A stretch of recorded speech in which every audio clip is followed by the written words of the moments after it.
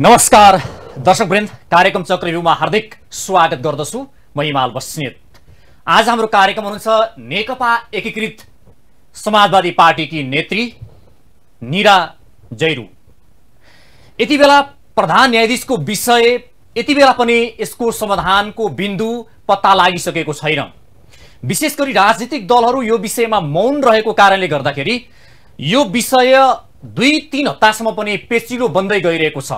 न त प्रधान न्यायाधीशले राजीनामा दिने छाँटकाँट देखाएका छन्, न त राजनैतिक दलहरूले यो विषयमा महाअभियोग अगाडि बढाउने, यो प्रस्तावलाई अगाडि बढाउने त्यो जुन किसिमको दृढता देखाएका छन्।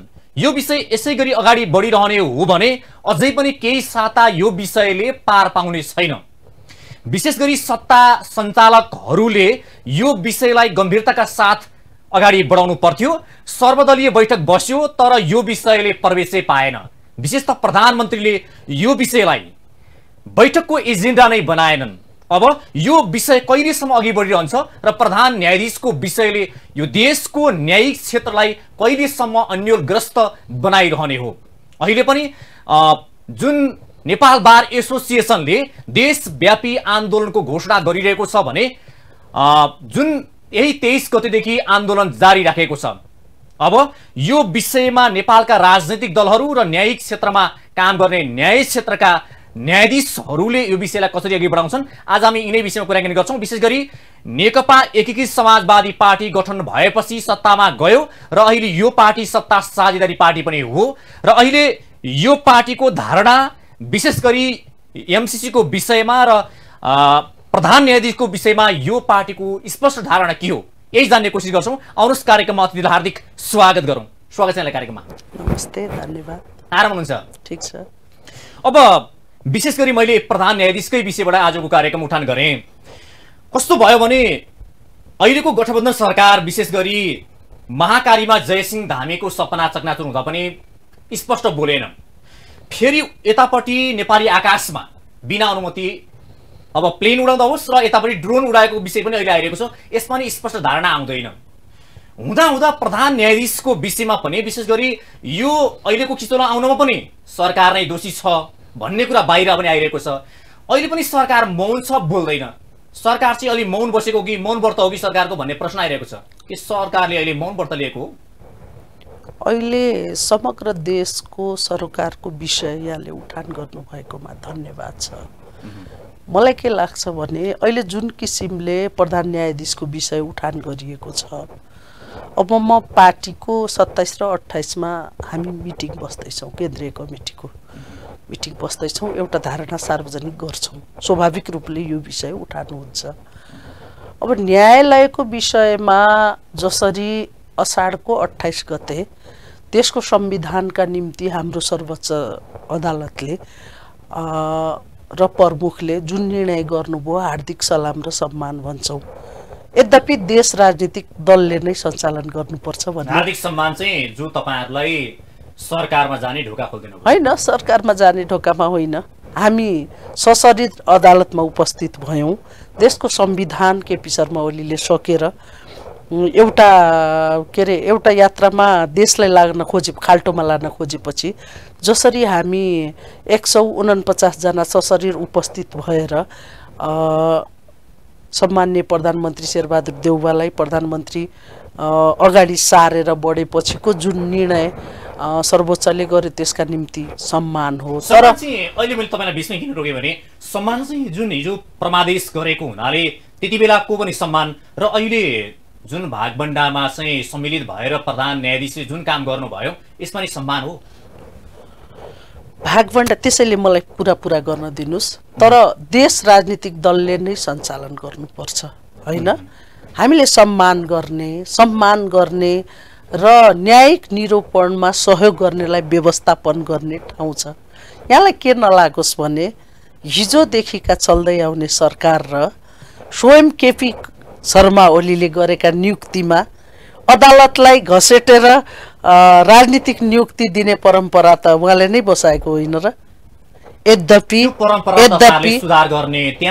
म भनिरहेको छु, यद्यपि उद्योग मन्त्री बनाएकै दिन मलाई लाग्छ सबभन्दा पहिला म बोलेकी छु, किनभने संवैधानिक व्यवस्था र संविधानको मर्यादा कायम गर्नलाई गैर सांसदलाई मन्त्री बनाउने कुरा गलत हो भनेर किन बोल्यौँ भने यो गठबन्धनको सरकार हो होइन। हामीले यो देशको संविधान, संघीयता, समावेशिता, लोकतन्त्रका निम्ति जो कदम अगाडि बढ्यौँ मलाई लाग्छ त्यो धृष्टता यो देशको न्यायालयले पनि गरोस् भन्ने चाहँदैनौँ। किन चाहँदैनौँ भने अनि यहाँले भन्नुभयो गठबन्धनको मिटिङ बस्यो र अब के बोल्ने भन्ने कुरामा मैले भने 27 र 28 मा हामी मिटिङ बस्छौँ। हामी प्रश्न गर्नै बाँकी थियो, यो प्रश्न तपाईँले भनिहाल्नुभयो, उठाइहाल्नुभयो, तैपनि मैले यसलाई प्रश्न गरिहालेँ। गठबन्धनको बैठक बस्यो, अहिलेको सबैभन्दा जल्दो बल्दो समस्या भनेको त न्यायालयमाथि जुन अहिले चाहिँ जुन किसिमको चाहिँ प्रश्नहरू आएका छन्, न्यायालयमाथि यत्रो विचलन आइरहेको छ, प्रश्नका चाङ छन्, राजीनामा दिनु समय पर्नेका कुराहरू आइरहेका छन्। तर गठबन्धनको जुन बैठक चाहिँ अब आगामी चुनाव र अब उपनिर्वाचनको बारेमा चाहिँ अब कसलाई अघि सार्ने र हामी गठबन्धन कसरी जाने भन्नेमा छलफल हुन्छ भने पछाडि त तपाईहरुको चाहिँ विशेष गरी गठबन्धनको चाहिँ अहिलेको ध्यान भनेको त सत्ता र शक्तिमा स्वार्थ मात्रै रहेछ भन्ने प्रमाण त यहाँबाट भयो नि। होइन, निर्वाचन आवश्यक हो नि, उपनिर्वाचन आवश्यक हो नि। आवश्यकताको कुरामा गठबन्धन कसरी जाने भन्ने छलफलमा किन सुन्नु, अहिले न्यायालयलाई उपनिर्वाचन र निर्वाचनको हो कि अहिलेको हाम्रो आवश्यकता भनेको चाहिँ जुन न्यायालयमाथि देखिएको विचलनलाई समाधान गर्ने हो? होइन, न्यायालयमाथिको त यस्तो छ, स्वाभाविक रूपले जसरी न्यायमूर्तिमाथि कुरा उठिसकेपछि ससम्मान बिदा लिन सक्नुपर्छ। मेरो स्पष्ट धारणा छ। मैले भने नि पार्टीको मिटिङ हामी बस्दैछौँ, पार्टीले एउटा धारणा सार्वजनिक गर्छ होला, किनभने पार्टी अध्यक्ष कमरेड माधव कुमार नेपाल कहीँ हामीले यो विषयमा बोलिरहेका छैनौँ।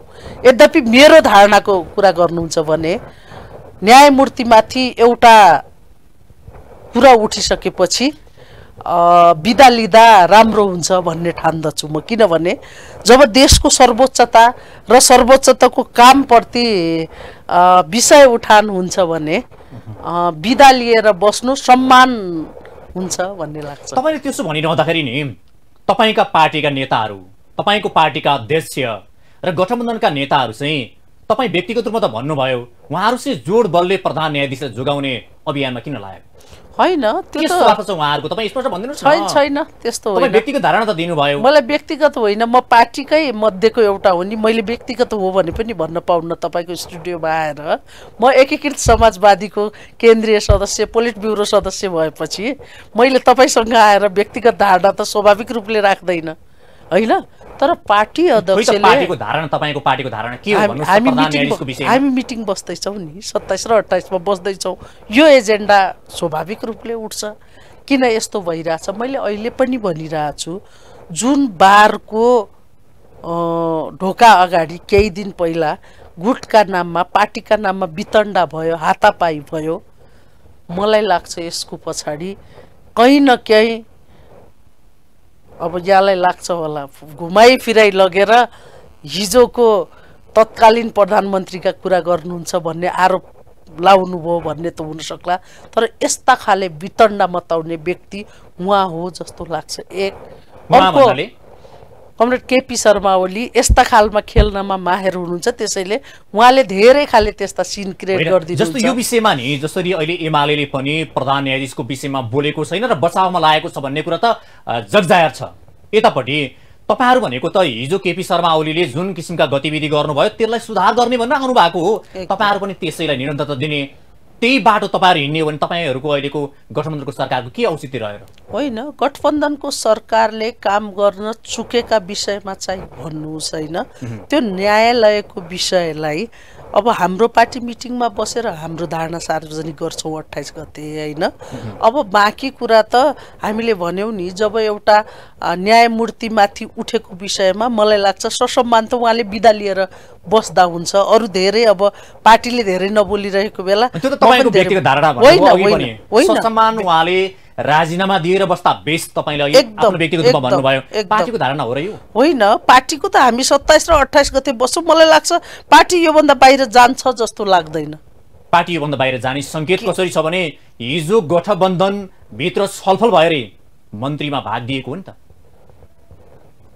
यस्तो छ, गठबन्धनमा मन्त्रीको भाग लिएको भन्दा मन्त्रीकै लागि एउटा कुरा के नजाओस् भने हामी मन्त्री बन्नका लागि मात्रै यो विद्रोह गरेका होइनौँ।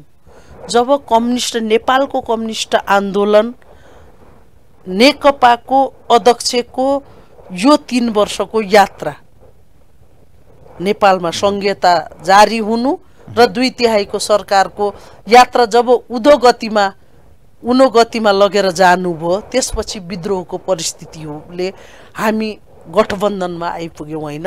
भन्नाले 78 को जेठको 8 गते पश्चात हामी देशको संविधान बचाउन, लोकतन्त्र र संघीयताका निम्ति गठबन्धनको राजनीतिक दलहरू एक ठाउँमा भएर हामी गठबन्धन गऱ्यौँ र अदालत गयौँ। त्यो पछि आजसम्म सरकारमा आइपुग्यौँ। जस्तो अहिले न्यायालयको विषयमा कुराकानी गर्दा नि न्यायालय भनेको चाहिँ अहिले पछिल्लो समयमा राजनीतिक दलहरूको सत्तामा जाने भर्याङको रूपमा जोर घटाउ गर्दै यसलाई कसरी नाफाघाटाको व्यापार गर्ने जस्तो न्यायालयलाई त प्रयोग गरेर आफ्नो सत्ता स्वार्थ पुरा गर्ने भर्याङको रूपमा प्रयोग गरिनु अहिले होइन। त्यसो भएको पनि छैन, यहाँले पनि भन्नु हुँदैन। हिजो यहाँले देख्नुभयो नि किन भएको छैन।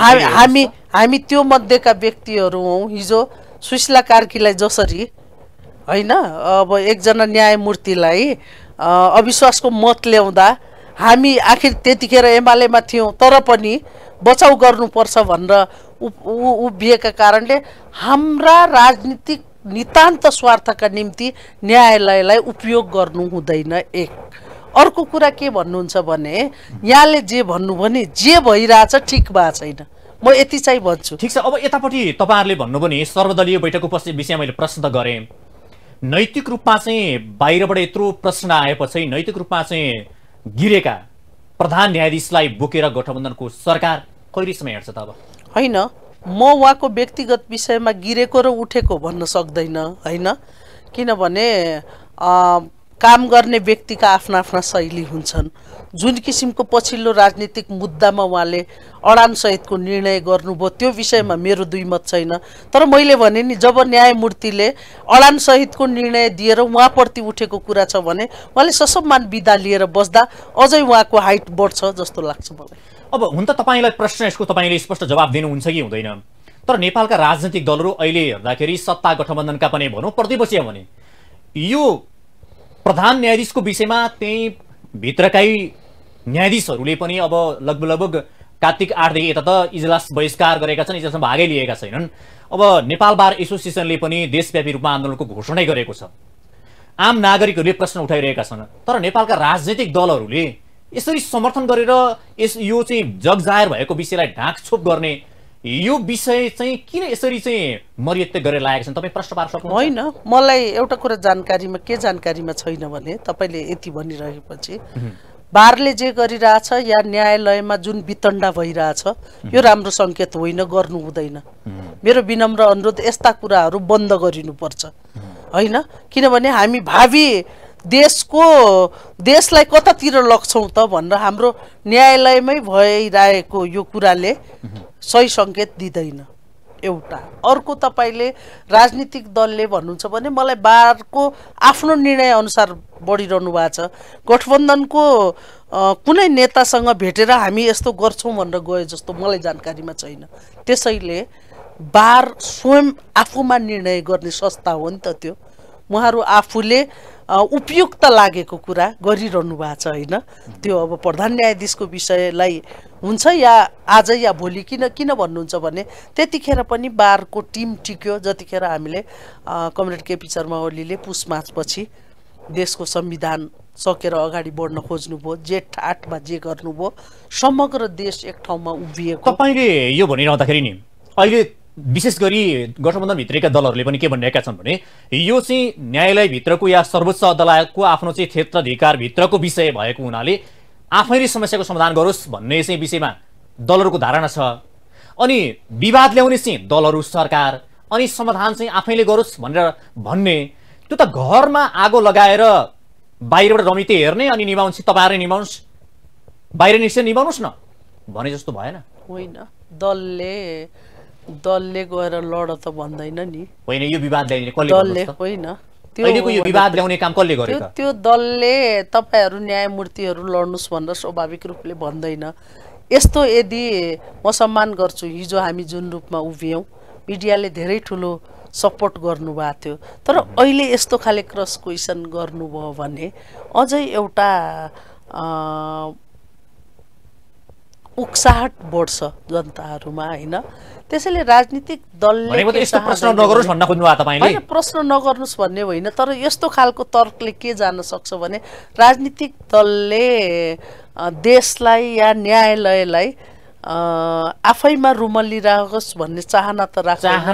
हेर्नुहोस्, यो अहिलेको जुन किसिमको परिस्थिति आएको छ, यो जुन किसिमको राजनीतिक रूपमा भागभण्डाका आधारमा न्यायाधीशहरू नियुक्ति गर्ने र पैसा र पावर र पहुँचको आधारमा सारा सेटिङ गरेको हुनाले आज देशको अवस्था यो भयो, न्यायालयको अवस्था यो भयो। स्वीकार गर्नुहोस् यसलाई। होइन, पावर र सेटिङको कुरा गर्नुहुन्छ भने त 3 वर्ष एक भएर अगाडि गएको पार्टी 77 को फागुन 23 गते एकीकृत माओवादी केन्द्र र एमाले अलग भएकोमा देखिन्छ कहाँ के भयो र कसरी जान्छन्। त्यो अहिले खोज्नुभयो भने यद्यपि तपाईँलाई लाग्ला नेकपाका कुरा गर्यो, नेकपाको सरकारले गरेको कुरा गर्यो, न्यायालयलाई कसरी घुमाइयो भन्ने गर्यो। यो देशको निर्वाचनले पनि स्पष्टता देखाइदिएन नि। नेकपा एक भएर जाने बेला कोही अरूले लिइसकेको पार्टीको नाम, होइन, नेकपा अरूसँग जानुपर्ने नाम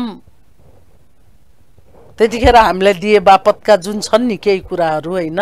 यसले गर्दा सकस त हो। तपाईँ एउटा प्रश्नको सिधा जवाब दिनुहोस्। जसरी अहिलेको जुन विवाद आयो नि न्यायालयभित्र, भन्नु सर्वोच्च अदालतभित्र प्रधान न्यायाधीशको विषयमा जुन प्रश्न आयो, यसमा राजनीतिक दलहरू जिम्मेवार छन् कि छैन? यतिको प्रश्न राजनीतिक दलहरू जिम्मेवार हुनुपर्छ कि छन् ल भन्नु? होइन, आजको दिनमा मलाई के लाग्दैन भन्नुहुन्छ भने तपाईले गठबन्धनको सरकारले बोल्नु पर्थ्यो या बोल्नु पर्थेन भन्दा राजनीतिक दल दोषी हुन् भन्ने कुराले के निर हुँदैन भने न्यायालयले न्याय दिए बापतको हिस्सेदारी खोज्ने कुरा गलत हो। त्यसो भए यो प्रश्नको तपाईले सठिक जवाब, सही र स्पष्ट जवाब मैले अर्को खोजे तपाईसँग, के भने यो अवस्था आउनुमा राजनीतिक दलहरू जिम्मेवार कि भित्र बसेर न्याय निरूपण गर्ने न्यायमूर्तिहरू दोषी कि राजनीतिक दलहरू दोषी? कसको कारणले गर्दा भयो भन्नु? होइन, कहीँ राजनीतिक दल चुकेको हुन सक्छ, होइन, तर त्यसको मतलब न्याय निरूपण गर्नेले जो पछिल्लो चोटिको घटना आयो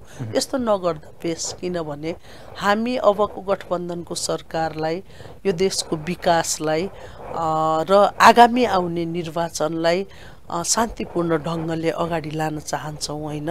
त्यसो हुँदा देशको सर्वोच्चता सम्मानित ठाउँले आफ्नो भूमिका जिम्मेवारीका साथ निभाइदियोस् भन्ने। अझै पनि हजुरले, मैले मानेजी तपाईँलाई स्पष्टै जवाब मागेको थिएँ, तपाईँले स्पष्ट जवाब दिनु भएन।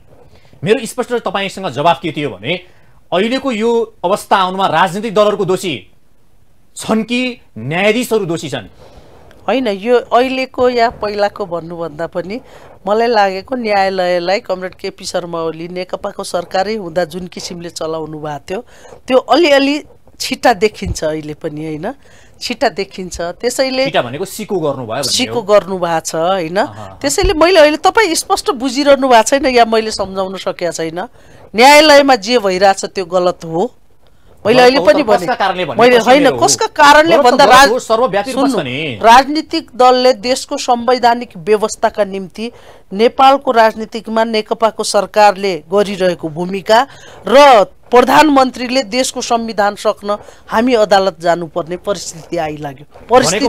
केपी शर्मा ओलीका कारणले गर्दा अहिले पनि अदालत यसरी विवादित बन्यो। एकदम, हामी त्यहाँ दलको कारण यहाँ चाहिँ भूमिका केही पनि छैन। अहिले छैन। अहिले किन छैन भन्नुहुन्छ भने स्वाभाविक रूपले गैर सांसदलाई मन्त्री बनाउने कुरामा हामी सबैले गठबन्धनकै अरू दलले कुरा उठाइसकेपछि तुरुन्त त्यो हटाइयो, होइन? त्यसो हो भने अर्को मैले प्रश्न गरेँ प्रधानमन्त्री शेरबहादुर देउवाको विषयमा। या चाहिँ प्रधानमन्त्री शेरबहादुर देउवाले चाहिँ जो प्रधान न्यायाधीशसँग भागभण्डा गरेर मन्त्रीको सेटिङ गरेको भन्ने विषय चाहिँ भ्रम हो? होइन, त्यो कुरा अब गठबन्धनको मिटिङमा अध्यक्ष कमरेड जानुहुन्छ एउटा, हामीलाई दलमै पनि यस्तो कुराको कहीँ छलफल नभए हुनाले म त्यो जवाफ दिन आवश्यक ठान्दैन। किनभने यदि सेटिङ भएको हो भने भोलिपल्टै मन्त्री हटाउनुपर्छ भन्ने कुरा उठ्न बित्तिकै हटाउनु हुन्थेन होला होइन। र उहाँले के पनि बुझ्नु भएको छ होला भने नेपाली काङ्ग्रेसको मात्रै सरकार होइन, यो गठबन्धनको हो, त्यसैले कतिपय कुरा राय सल्लाहमा चल्नुपर्छ भन्ने होला। त्यस्तो खाले सेटिङ गर्नु भएको छैन। गर्नुभएको हो भने पनि गलत हो, गर्न पाइँदैन।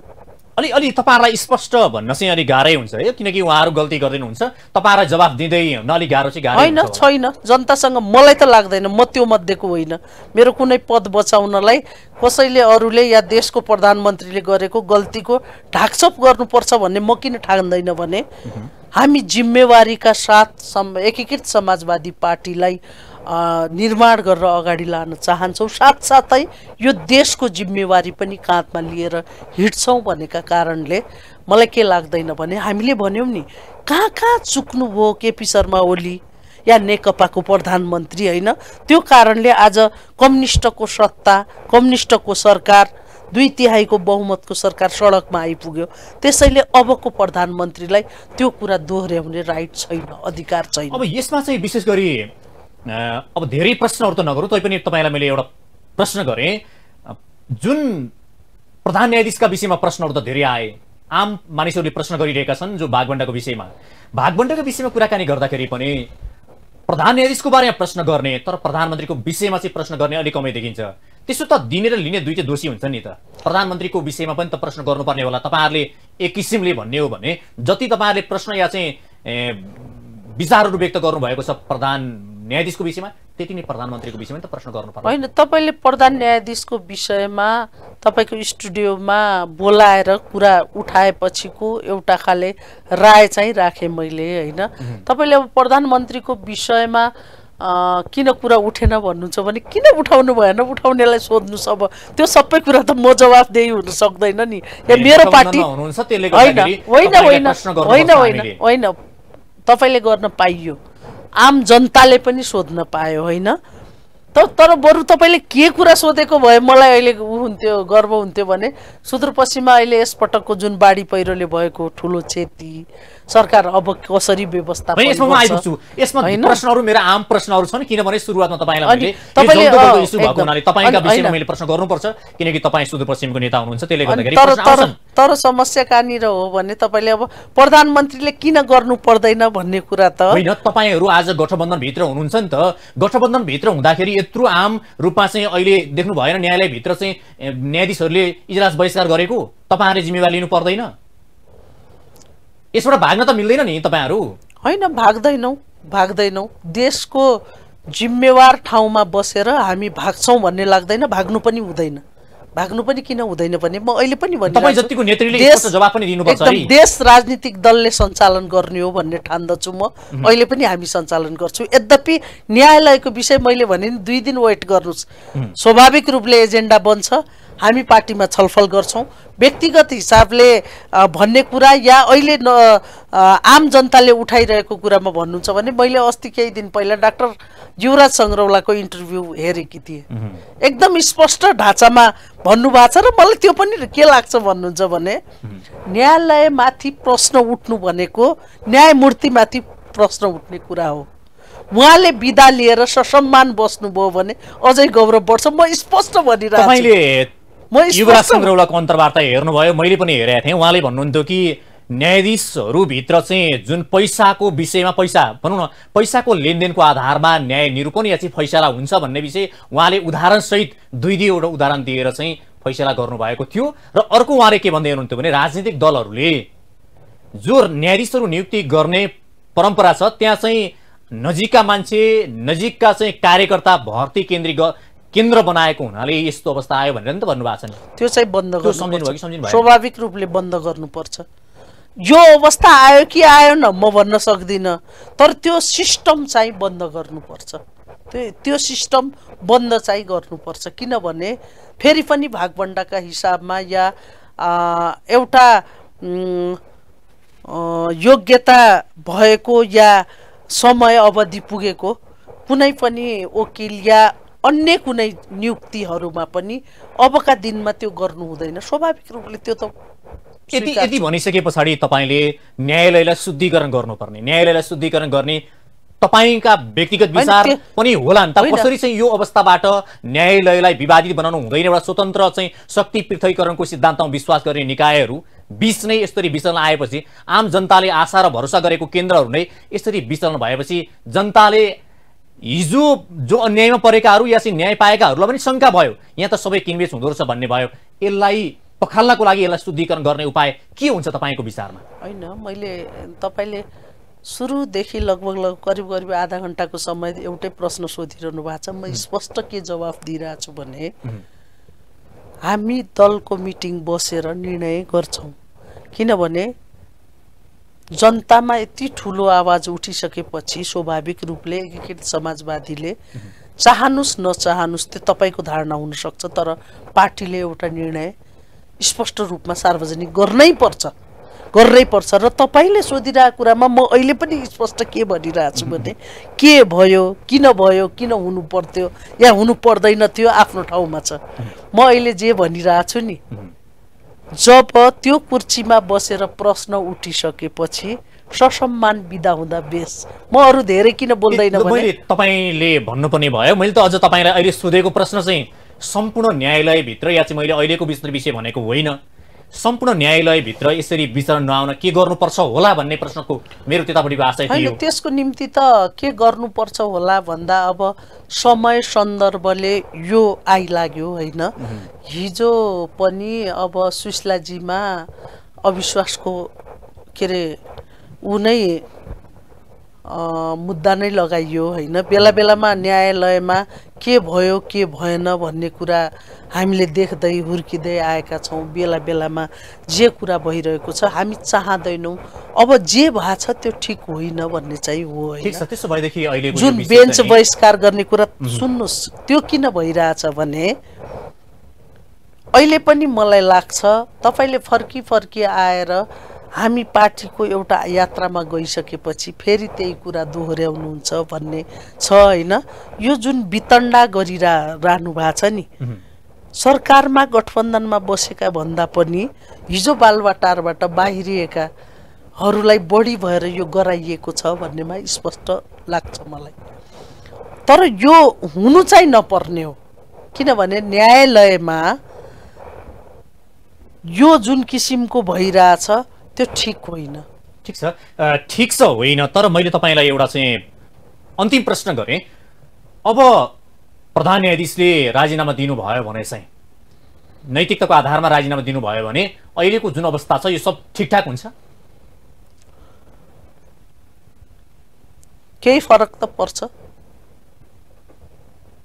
यदि उहाँले राजीनामा पनि दिनु भएन, दलहरूले महाअभियोग प्रस्ताव अगाडि बढाउने सम्भावना त न्यून छ, यो पनि भएन भने चाहिँ के हुन्छ? होइन, दलहरूले महाअभियोग बनाउने कुरा टिभी स्टुडियोमा आएर गर्ने कुरा होइन नि त। होइन, त्यो छाटकाट पनि देखिँदैन होइन। त्यो के गर्ने भन्ने होइन, आवश्यकताले गर्ने कुरा स्टुडियोमा आएर दलहरूले महाअभियोग लगाइन्छ भनेर सुशीला कार्कीलाई गर्दा त त्यो आएको थिएन होइन। र मैले अहिले पनि भने नि, जुन बेन्च बहिष्कार गर्नेदेखि लिएर यहाँसम्म जे भइरहेछ त्यो ठिक होइन। कम्तीमा पनि गठबन्धनको सरकारलाई मेरो विनम्र अनुरोध छ, सही रूपले चल्न दिनुस् भन्ने हो। त्यो अदालतभित्र गर्ने पनि वितण्डा देख्छु मैले, वितण्डा हो होइन। र तर मेरो अर्को कुरा चाहिँ के छ भन्नुहुन्छ भने मैले सायद अहिले त बोल्दा 20 पटक भन्दा बढी होला, न्यायमूर्तिमाथि प्रश्न उठिसकेपछि ससम्मान बिदा भएर बस्नुभयो भने उहाँको नै हाइट बढ्छ। ल ठिक छ, मैले अब तपाईँलाई यसमा धेरै घिजुरिन। अब मैले तपाईँले अघि पहिले कहनु भएको थियो सुदूरपश्चिमको विषय, जो बाढी पहिरोबाट धेरै धनजनको क्षति भयो, जसले गर्दाखेरि अहिले पनि त्यसको चाहिँ बासिटाहरू अझै पनि बाँकी छन् होइन। अहिले पनि कतिपयले न्याय भनौँ एउटा चाहिँ क्षतिपूर्ति पाएका छैनन्, त्यो विषय पनि छ। अब तपाईँले चाहिँ यो बाढी पहिरोले जुन क्षति गर्यो आफ्नो चाहिँ निर्वाचन क्षेत्रमा के गर्नुभयो, कति क्षति गर्यो, त्यसको विवरण तपाईँसँग के छ? होइन, समग्र प्रधानमन्त्रीको टिम, गृहमन्त्रीको टिम, दुईटा टिम गयो जिल्लाहरूमा, सुदूरपश्चिममा विशेष गरी हामीले त्यसको सबै तथ्याङ्क चाहिँ लियौँ होइन। अब डडेलधुरामा पनि भएको छ, म डडेलधुरावासी भएको कारणले अब बढी बझाङमा यसपालि धनजनकै ठुलो क्षति भएको छ। त्यसपछि दार्चुला लगायत तराईका जिल्लाहरूमा छ होइन। प्रदेश सरकारले पनि काम गरेको छ। यद्यपि हामीले चाहेको र त्यो क्षेत्रको भनाइ चाहिँ के छ भने प्याकेजमा राहत कहिलेसम्म कुर्नुपर्छ, हामीलाई यथाचित यथाशीघ्र राहत पाउनुपर्छ भन्ने छ। त्यसैले मलाई लागेको ठुलो क्षति हो यसपालि सुदूरपश्चिममा होइन। कतिपयले चाहिँ धेरै लामो समय हिँडेर आयौँ, तर प्रधानमन्त्रीले हामी 2-3 दिन हिँडेर जाँदा पनि भेट्नु भएन, हाम्रा चाहिँ मागहरू सम्बोधन गराउनु भएन, उहाँ चाहिँ सीमित मान्छेलाई मात्रै भेटेर जानुभयो भन्ने किसिमको आरोप या चाहिँ कोही गुनासो पनि आयो नि? होइन, यस्तो थियो। अब हेलिप्याड जहाँ हुन्छ हेलिकप्टर त्यहाँ बस्ने कुरा पनि होला र बाढी पहिरोको दोस्रो तेस्रो दिनमा पुग्ने भने सहज परिस्थिति पनि थिएन होइन। र त्यहाँ के गरिएको थियो भने मलाई लाग्छ मेयरज्यूहरू सांसदहरू भएको ठाउँमा सांसदहरू सम्बन्धित व्यक्तिहरूलाई बोलाएर सिडिओ सहितको कस्तो क्षति भएको छ त भन्ने किसिमले तथ्याङ्क चाहिँ लिनुभयो। तर सरकारले पनि जुन राहतको प्याकेजको घोषणा पनि गर्यो होइन, त्यो राहत दिने भनेको जुन घोषणा गर्यो त्यो पुरा गर्यो? अस्ति 1 हप्ता भयो गृहमन्त्री गएर आउनुभयो र मिटिङ बसेछ। स्वाभाविक रूपले पठाउँछ, सरकारले पठाउनु पर्छ। जसरी जुन अवस्थामा तत्काल राहत दिनुपर्ने, तत्काल उद्धार गर्नुपर्ने, जुन सङ्कटपूर्ण अवस्थामा रहेका नागरिकहरूको रक्षा गर्नुपर्ने राज्यको दायित्व पनि हो, तर जुन समय खड्किसके पछाडि दिन्छौँ गर्छौँ भन्नु त अलि होइन। त्यसको निम्ति त होइन, आर्थिक तथा कानुन मन्त्री स्वयं सुदूरपश्चिमको पूर्णा जोशीजीले रात दिन खटेर काठमाडौँदेखि हेलिकप्टर मगाएर उद्धारको निम्ति चाहिँ यसपालि सुदूरपश्चिमको सरकारले अहोरात्र खटेर काम गरेको छ। म धन्यवाद पनि दिन चाहन्छु होइन। त्यसैले कामै गरेको छैन या गर्दै गरेको छैन भन्ने होइन, तर अब जुन बझाङमा एकदम ठुलो क्षति भयो होइन, 27 देखि बढी मृत्यु हुने अवस्थामा पुगे, घाइते हुनेको अवस्था छ। त्यहाँ अहिले पनि मान्छेहरू बस्न सक्ने अवस्था छैन। फेरि यो बाढी पहिरोपछि घाम लाग्दै गयो भने जमिन फेरि चर्किएर ठाउँ अब फेरि पनि भत्किन्छ भन्ने डरले जो त्रासमा मान्छेहरू छन्, त्यसलाई राहतका निम्ति जानुपर्ने। राहत भनेको दाल र चामल दिएर मात्रै हुँदैन, मान्छेलाई त्यो त्रासबाट निकाल्नुपर्ने पनि आवश्यकता देख्छु म। त्यसैले सिङ्गो सुदूरपश्चिमको सरकार पनि लागेको छ। अब केन्द्र सरकारको गृहमन्त्री र प्रधानमन्त्री यसो छ नि, यस्तो छ, 2 वर्ष कोरोनाबाट थला भयो हाम्रो देश, अहिले बाढी पहिरोको समस्या भयो। एउटा के बनाउनु भएन भने जनप्रतिनिधि मेयरज्यूहरू हुनुहुन्छ नि होइन। हामी 6682 वडामा लगभग 700 जति वडा छ सुदूरपश्चिमको होइन। त्यहाँ जनप्रतिनिधिहरू हुनुहुन्छ। यदि त्यो तल्लो तहले राहत प्याकेज पुर्याएको छैन भने गुनासो भन्न पायो सम्बन्धित जिल्लाको सांसदहरूलाई, सम्बन्धित जिल्लाको मेयरहरूलाई। के बुझ्नु भएन भने प्रधानमन्त्री आएर मेरो घर अगाडि उभिदिन्छ भनेपछि अहिलेको यो बाढी पहिरोबाट जति क्षति भयो या चाहिँ धनजनको क्षति भयो त्यसमा राज्यले जति भूमिका निर्वाह गर्नुपर्ने थियो त्यति गर्यो र गर्दैछ। त्यता अब मैले यसलाई विषयलाई यहीँ टुङ्ग्याएर एमसिसीको विषयमा मेरा केही प्रश्न तपाईँमा सामु छन्। अब एमाले भनिरहेको छ कि यो अहिलेको गठबन्धनको सरकार भनेको चाहिँ एमसिसी पास गराउनको लागि बनेको सरकार हो, गठबन्धन हो भनिरहनु भएको छ। प्रधानमन्त्री शेरबहादुर देउवाले मैले र प्रचण्डले एमसिसी संसदबाट पारित गराउने वचनसहित लिखित रूपमा प्रतिबद्धता व्यक्त गरेर एमसिसीलाई बुझायौँ भनिसक्नु भएको छ। भने पछाडि त यो गठबन्धन सरकार भनेको एमाले भने जस्तै एमसिसी पारित गराउने सरकार रहेछ होइन त? होइन, अब एमाले के भन्छ भन्ने कुरा र जनतामा के भरम छर्छ भन्ने कुरा त अहिले एमालेको पार्टी अध्यक्षको काम। बाबुराम कमरेडको छोरी बेलायत पढ्दाको खर्च होइन, अनि जनयुद्धका बेला उनकी छोरी पढ्न बेलायत कसरी पुगिन् भन्ने भइरह बेला के उठान गर्छन्, मलाई त्यो कुनै इच्छा पनि छैन। त्यो धेरै चर्काउनु पनि किन छैन भन्नुहुन्छ भने अब अहिले कामै एजेन्डा नभएपछि एजेन्डा विहीन भएको पार्टीका नेताले के बोल्नुहुन्छ मलाई त्यो त्यति धेरै सरोकार हुँदैन। यद्यपि यहाँले एमसीसी को विषय स्वाभाविक रूपले नेकपाको प्रधानमन्त्री केपी शर्मा ओली भइरहँदा पनि झलनाथ खनालको संयोजकत्वमा डाक्टर भीम रावल एमालेका उपाध्यक्ष र प्रदीप गेवालीको 3 सदस्यीय कमिटी बनेर सुझाव सहितको प्रतिवेदन पेश भएको छ। केपी शर्मा ओली एमालेको अध्यक्ष तत्कालीन प्रधानमन्त्रीको हातमा त्यो कुरा सार्वजनिक गर्नु पर्यो।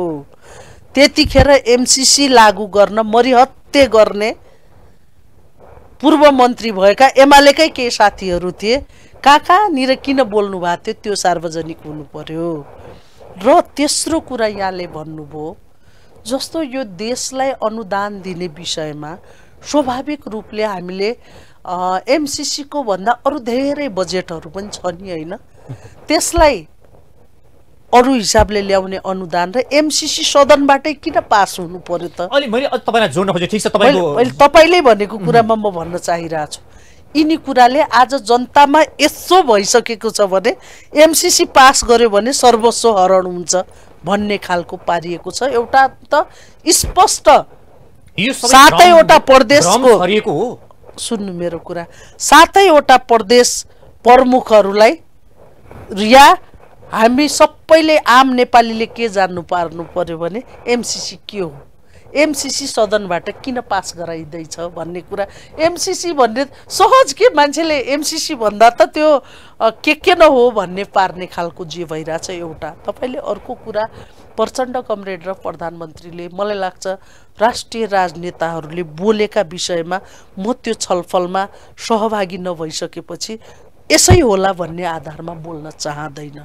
तर सम्माननीय प्रधानमन्त्रीज्यूले जुन किसिमको कुरा अगाडि बढाउनु भएको छ, मैले कतिपय कुरा यहाँलाई लागिरहेको होला पार्टीको मिटिङ पछि मात्रै भन्छु भन्ने पनि कारण छ हैन, किनभने हामी पार्टी सिस्टम उहाँले बोलेको विषयलाई तपाईहरुले पार्टीमा छलफल गरेर हैन, उहाँको बोलेको विषय भन्दा पनि सरकारको प्रधानमन्त्रीले गरेको कुरालाई पार्टी, किनभने गठबन्धनको सरकारमा छौं हामी हैन, त्यसैले कसरी लाने त या एमसीसी हामी पास गर्नमा समर्थन गर्ने कि नगर्ने भन्ने त पार्टीले राय बनाउँछ नि हैन। त्यतिखेर व्यक्ति महत्त्वपूर्ण हुँदैन के, हामी त्यसैले त होला नि इमिडिएट मिटिङ। अहिले हामी भर्खरै मिटिङ बसेको मान्छे अहिले 27 र 28 मा बस्दैछौँ। तपाईले न्यायालयका विषय भनिरहनु भएको छ, एमसीसी को विषय, र पनि मलाई लाग्छ मेरो पार्टीको अध्यक्ष कमरेड माधव नेपाल यो विषयमा फेरि पनि हामी छलफलमा गएर स्पष्ट नहुँदासम्म। तपाईले भने जस्तै एउटा मैले प्रश्न के गरेँ भने हिजो झलनाथ खनालको संयोजकतामा गठन भएको जुन एउटा कार्यदलले जुन निष्कर्ष निकालेको थियो एमसीसी को बारेमा, त्यसलाई अहिलेको नयाँ पार्टी तपाईँहरूको पार्टी नेकपा एकीकृत समाजवादीले पनि त्यो कुरालाई ग्रहण गर्दै त्यसैको आधारमा अगाडि बढ्छ? होइन होइन, त्यो होइन, त्यो होइन। मैले के भन्न चाहिँ के खोजेको हो भने तपाईले एमालेले मानेन भनेर खोलाको किनारमा बसेर ढुङ्गा हान्न सजिलो हुन्छ के हैन। अहिले किनभने 70 करोडदेखि लिएर व्हाइट बडीका भ्रष्टाचारदेखि लिएर सुन्नु न, तपाईले अलिकता हैन चल्लो हराउनु उस्तै भयो भने जस्तै प्रधानमन्त्रीले त्यही अभिव्यक्ति दिने अनि एमालेका अध्यक्ष केपी शर्मा ओलीले यो अहिलेको कार्य एउटा चाहिँ सत्ता घटकहरू भनेकै यो अहिलेको सत्तामा सहभागी दलहरू भनेकै एमसीसी पारित गर्नको लागि हो भन्नु त ठ्याक्कै उस्तै मिल्यो के? यस्तो छ, मैले भने नि एमालेको अध्यक्षले के बोल्नुहुन्छ म त्यति महत्त्वपूर्ण ठान्दैन के, उहाँसँग आफ्नो एजेन्डा के छ भन्ने मैले भने नि त। एमालेको अध्यक्ष मङ्सिरमा महाधिवेशन गर्न जाँदै हुनुहुन्छ, एमालेले 6औं महाधिवेशनदेखि बहुपद सिर्जना गरेकोलाई उहाँले एकल सिस्टममा लगिसक्नु भएको छ हैन। अनि 10 बुँदेको हालत के गराएर बसेर के गरी जानु रहनु भएको छ। विरासतले उहाँले एमाले र जनताको बहुदलीय जनवादलाई स्वाभाविक रूपले ब्रान्ड बनाएर ब्रान्डमा पुगाइसकेपछि उहाँले के बोल्नुभयो भन्ने ठान्दैन। म ठान्छु कि चाहिँ के भन्नुहुन्छ भने अहिले एमालेको अध्यक्षले तपाईँ एमसीसी को विषय ठुलो कि बाबुराम कमरेडको छोरी बेलायतमा पढ्दा कसरी गइन् भन्ने ठुलो कुरा। एउटा प्रश्न तपाईलाई मैले सिधा गरेँ किनकि तपाईँ एउटा चाहिँ यो लेभलमा आएर राजनीति गर्ने महिलाको पनि स्पष्ट धारणा हुन्छ र बनाउनु पनि पर्छ भन्ने मलाई लाग्छ है। अब भोलि तपाईँको पार्टीका नेताले हजुर। एमसीसीलाई यही हालतमा पास गराउनुपर्छ भनेर तपाईँहरूलाई व्हिप जारी गर्नुभयो भने तपाईँहरू आफ्नो विवेक प्रयोग नगरिकन नेताले भनेको विषयलाई मानेर एमसीसीलाई पारित गर्नको लागि तयार हुने हो? एउटा त एकीकृत समाजवादी पार्टीका अध्यक्ष कमरेड माधव कुमार नेपाल एउटा दूरदर्शी क्षमता राख्ने व्यक्तित्व हो भन्ने ठान्दछु म। उहाँले यो कुरा उठिसकेपछि पनि कमजोर निर्णय लिनुहुन्छ भन्ने लाग्दैन मलाई। त्यसैले हामी मिटिङ पनि बसिरहेछौँ। यही विषयमा नहुन सक्छ, हाम्रो केन्द्रीय कमिटीको मिटिङ बस्दैछ, एजेन्डा उठ्छ होला, छलफल हुन्छ होला हैन। र अर्को कुरा के लाग्छ भने कमरेड माधव कुमार नेपालले जब जनताले यति धेरै चासो राखेर उठान गरेको विषय यति सहजै पास गरौँ भनेर स्वीकारेर जानुहुन्छ भन्ने लाग्दैन। जस्तो भनौँ न, यदि उहाँले पनि तपाईहरूको भनौँ या जनताको अपेक्षा या चाहिँ जनताको सुझाव भन्दा बाहिर गएर यदि निर्णय गर्ने मनसाय बनाउनु भयो या चाहिँ जानेर नजानेर त्यसरी जान खोज्नु भयो भने तपाईँ र तपाईँका पार्टीका नेताहरूले यसलाई सच्याएर जानुपर्छ भनेर प्रश्न गर्न सक्नुहुन्छ? बनाउनुहुन्न तपाईँले। यो बिचमा मेरो पार्टीको अध्यक्ष कमरेड माधव कुमार नेपालले यस्तो किसिमले एमसीसी पास गरेर लानुपर्छ भनेर कहीँ बोलेको सुन्नु भएको छ? त्यसो भएपछि एउटा कुरा स्पष्ट राख्नुहोस् न, हामीसँग अन्तर्राष्ट्रिय समिति पनि छ नि पार्टीमा हैन, जसले स्वाभाविक रूपले हामी यो देशलाई पञ्चशीलताको आधारमा अन्तर्राष्ट्रिय सम्बन्धका आधारमा सञ्चालन चाहिँ गर्छौँ। हेर्नुहोस्, मैले भने अनुदान सहयोग बाह्य आउने बजेटहरू लिनु हुँदैन, चलाउनु हुँदैन भन्ने होइन। त्यसमा त प्रश्न छैन। एमसीसी महत्त्वपूर्ण किन रह्यो भने सदनबाट पास गर्नुपर्ने विषयले हामीलाई शङ्का उपशङ्का हैन, र यो सबै कुराको घेरोले मलाई एउटा कुरा म ढुक्कसँग के हुन्छु भने तपाईहरू के गर्नुहुन्छ भन्ने सोधिरहनु भएको छ।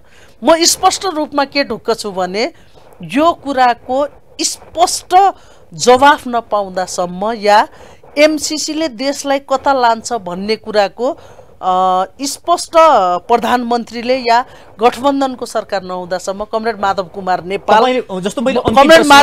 नेपाल अध्यक्ष यो विषयमा कहीँ सहमति गर्नु हुँदैन। यसमा नि जसरी तपाईले भन्नुभयो सही कुरा गर्नुभएको छ, यसमा चाहिँ आम जनताले अधिक शङ्काको घेराबाट नि हेरिरहेका छन् के यतापट्टि एमाले पनि हिजो तपाईँले भने जस्तै केपी शर्मा ओली अध्यक्ष एमालेका अध्यक्ष केपी शर्मा ओलीले पनि यो विषयमा सकारात्मक रूपमा चाहिँ लिनुभएको छ भन्ने कुरा छ। यतापट्टि नेपाली कांग्रेसका सभापति माननीय प्रधानमन्त्री शेरबहादुर देउवा पनि यसमा सकारात्मक हुनुहुन्छ।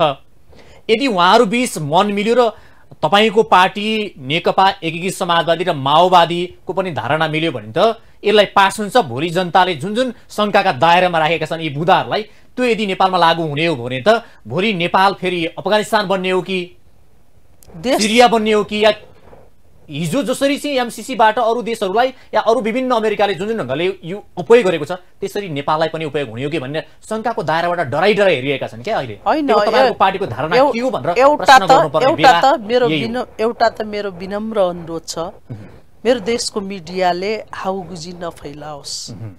अर्को कुरा, देश सञ्चालन गर्ने र मन मिल्ने कुरा फरक हो। गठबन्धनको सरकार स्वाभाविक रूपले यो देशको संविधानकै रक्षाका निम्ति गठन गरिएको। मलाई लाग्दैन प्रधानमन्त्रीले कुन अवस्थामा बोलेर आउनुभयो या उहाँकै सरकार भएको बेला सम्झौता गरिएको विषय हुनाले कहिलेकाहीँ परिस्थिति पर्न सक्छ। तर म त मेरो पार्टीको अध्यक्षसँग विश्वस्त छु नि। यहाँले भन्नुभयो हामी 26-27 जना 40 जना जति राष्ट्रिय सभामा भएका सांसदहरू के गर्नुहुन्छ भन्ने छ। म त मेरो पार्टीको अध्यक्षसँग के कुरामा ढुक्क छु भने मैले भने नि उहाँले एमालेमा रहँदा पनि हिजो महासचिव हुँदा पनि अन्तर्राष्ट्रिय सम्बन्ध धेरै राम्रो व्यक्ति माधव नेपाल। तर यतापट्टि जनताले किन आशंका गरिरहेका छन् भने हिजो नेपालका राजनीतिक दलहरूले आफ्नो सत्ता मा पुग्नको लागि देशलाई या भनौँ या महाकाली सन्धि गण्डक या विभिन्न देश नदी नालाहरूमा सम्झौता गरेर पनि आफू सत्तामा पुग्ने भर्याङ बनाएको हुनाले अहिले पनि यो विषयमा पनि नेपालका राजनीतिक दलहरू फेरि बिक्ने पो हुन् कि? स्वाभाविक रूपले गर्दैनौँ हामी। एकीकृत समाजवादी देशलाई धरापमा राख्ने कुनै पनि निर्णयमा एग्रिमेन्ट गर्दैन। एक अर्को कुरा त्यस्तो खाले सम्झौताहरू पास गर्नु पर्ने आवश्यकता आउँदैन, किनभने मैले भने हामी मिटिङ बस्दैछौँ, यस्ता उठेका विषयको गम्भीर छलफल पनि हुन्छ। र अर्को मलाई के लाग्छ भने मैले भने नि संस्थाको अध्यक्षले पनि त केही कुरा भनेरै भनिरहेछु होला नि त म, होइन सबै कुरा स्पष्ट हुँदैन, तर उहाँले त्यो कुराको सत्य तथ्य कुरा र यसबाट देशलाई खतरा हुँदैन भनेपछि पो हामी त्यो एजेन्डामा या एमसीसी पास गर्ने नगर्नेमा अहिले सदन ठिक छ। अब तपाईँले आफ्नो धारणा राख्नुभयो, म यतापट्टि तपाईँको पार्टीको बारेमा केही प्रश्नहरू राख्छु। विशेष गरी अब तपाईँ चुनाव पनि नजिकै छ, यसमा तपाईँको पार्टी विभाजन हुनुमा कुनै एजेन्डा थिएन भनेर अहिले विश्लेषण गर्छन् अरू पार्टीका, त्यतापट्टि तपाईँलाई प्रश्न गरेँ एउटा। र विशेष गरी हिजो अर्काको पार्टीको सभापतिलाई मत दिएको, पार्टी विभाजन गरेको, व्हिप उल्लङ्घन गरेको लगायतका विभिन्न विषयहरू पनि उठाइन्छ। र तपाईँहरूलाई विशेष गरी हिजो जनताले दिएको 2/3 मतलाई पनि तपाईँहरूले ठेक्न सक्नु भएन, जसले गर्दा कम्युनिस्टहरू छिन्न भिन्न भए लगायतका जुन हिजो विकास र समृद्धिका नारा लिएर हिँडेको तपाईँहरू आज 3.5 वर्षमा नै छिन्न भिन्न हुनुभयो। अब तपाईँहरूलाई एमाले भनेको छ 1 सिट जितेर देखाउन चुनौती दिएको छ, तपाईँहरू चुनावमा जाने एजेन्डा के? अब हामी जनताका एजेन्डा लिएर जान्छौँ। स्वाभाविक रूपले नेकपाको सरकारको विषयको कुरा गर्नुभयो, दुर्भाग्य रह्यो। नेपालको कम्युनिस्ट आन्दोलन र नेकपाको सरकारलाई केपी शर्मा ओलीले जहाँ पुर्याउनु भयो, तपाईँले भनेको जस्तो आशंका त गर्न सकिन्छ, तर स्वाभाविक रूपले हामीले जनताका विषय अब यो देशका युवाहरू एकीकृत समाजवादीको हात युवाहरूको काँधमा छ भन्ने विश्वासमा यो देशको भूमिहीन सुकुम्बासी 3 वर्षको अहिले म यहाँसँग आउनुभन्दा पहिले एउटा छलफल समितिमा गरिरहेको थिएँ। यो देशको आवश्यकता दार्चुला, बाजुरा या झापा, रौतहट, बारा, पर्सामा स्वास्थ्य र शिक्षाको हो कि यो 3 वर्षमा नेकपाको सरकारले भ्यू टावर दिने हो? भ्यू टावर किन आवश्यक भन्नु त? हाम्रो जस्तो देशलाई यो मरुभूमि पनि होइन, भ्यू टावरबाट कुन चाहिँ डाँडा हेर्नु पर्थ्यो, लगानी कहाँ भयो? स्पष्ट धारणा हामी जनतामा राख्छौँ। एक अर्को अहिले पनि प्राथमिकताको आधारमा भनेको जनतालाई स्वास्थ्य र शिक्षा, संस्कृति र भाषा जुन देशको सकिन्छ नि त्यो देश सकिन्छ।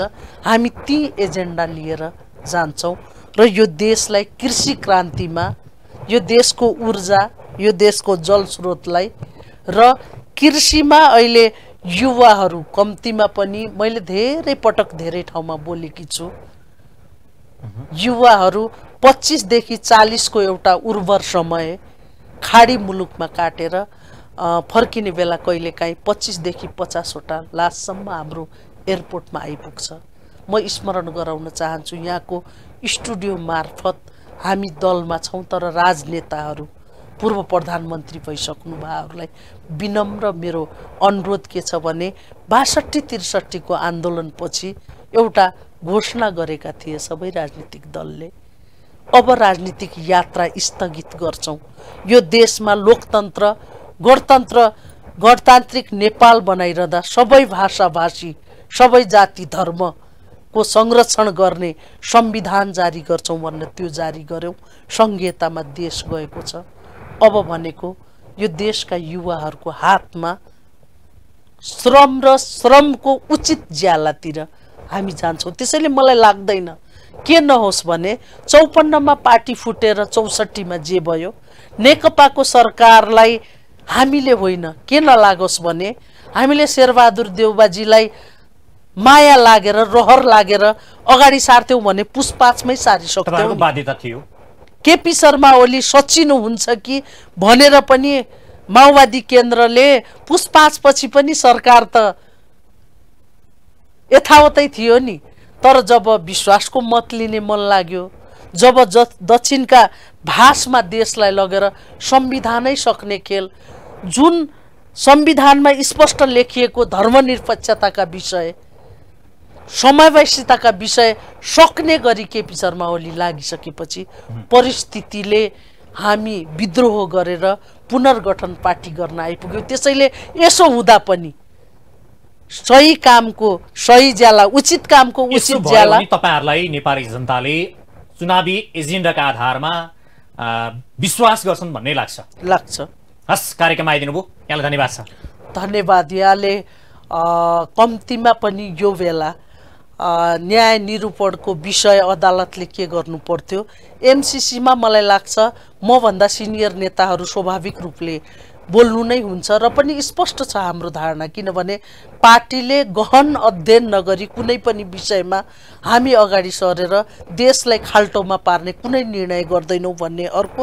र अन्तिममा मेरो के छ भने अहिलेको जुन बाढी पहिरोले भएको समस्या मात्रै होइन, यो देशका आम नेपालीहरू जुन घरबार विहीन छन्। मेरो यहाँको स्टुडियो मार्फत म समितिमा छु, प्रधानमन्त्रीसँग टाइम माग्ने कोसिस गरिरहेकी छु। म भूमिहीन सुकुम्बासी जुन आयोग गठन भएको छ त्यसमा जुन समुदायको, मलाई लाग्छ नेपालको दलित, मधेसी, मुस्लिम केही समुदायहरू अहिले पनि 60% भूमिहीन छ। त्यो समुदायको मान्छेलाई या त्यसमा विज्ञता हासिल गरेको मान्छेलाई त्यो कमिटीमा राखेर लग्न सक्नुपर्छ अहिलेको सरकारले, उदाहरण दिन भन्ने कुरा पनि राख्न चाहन्छु। स्वाभाविक रूपले अहिलेको बेला यहाँले बोलाएर, यद्यपि हामीले 1.5 घण्टा दुईटा एजेन्डामा न्यायालयको विषय र एमसीसीको विषयमा सक्यौं र पनि यहाँले यहाँ बोलाएर के छ त एकीकृत समाजवादीको राय र भर्खरै हामीले अहिले देशव्यापी रूपमा हिजो मात्रै डडेलधुरामा पार्टी अध्यक्ष माधव कुमार नेपाल जानुभएको थियो। डाक्टर तारा लगायतको सिङ्गो पुरानो जिल्ला कमिटी समाहित भएको छ। दार्चुला जस्तो ठाउँमा हामीले गएर कमिटी हिजो गठन गरेर आएका छौँ। देश समाजवादीमय भएको छ, यसको पछाडि भएको छ। त्यसैले म विनम्र अनुरोध गर्छु, हामीले उठान गरेका एजेन्डा यद्यपि काम गर्दै जाँदा सरकारबाट केही साना ठुला त्रुटिहरू रहे भने पनि हामीलाई मिडिया मार्फत या शुभचिन्तकहरूले सम्झाइदिनु भएछ, यहाँनिर कमजोरी हुँदैछ भनेछ भने पनि यो सरकारले त्यो जिम्मेवारी लिएर अगाडि बढ्ने कोसिसमा लाग्नेछ। मेरो पार्टी, म रहेको पार्टी त्यो सुझाव लिएर जनताका माझमा जानेछ भन्ने कुरा राख्दै बिदा हुन्छु। धन्यवाद। आज हाम्रो कार्यक्रम हुन्थ्यो नेकपा एकीकृत समाजवादी पार्टीकी नेत्री निरा जैरू। समय सकिएको छ। नमस्ते।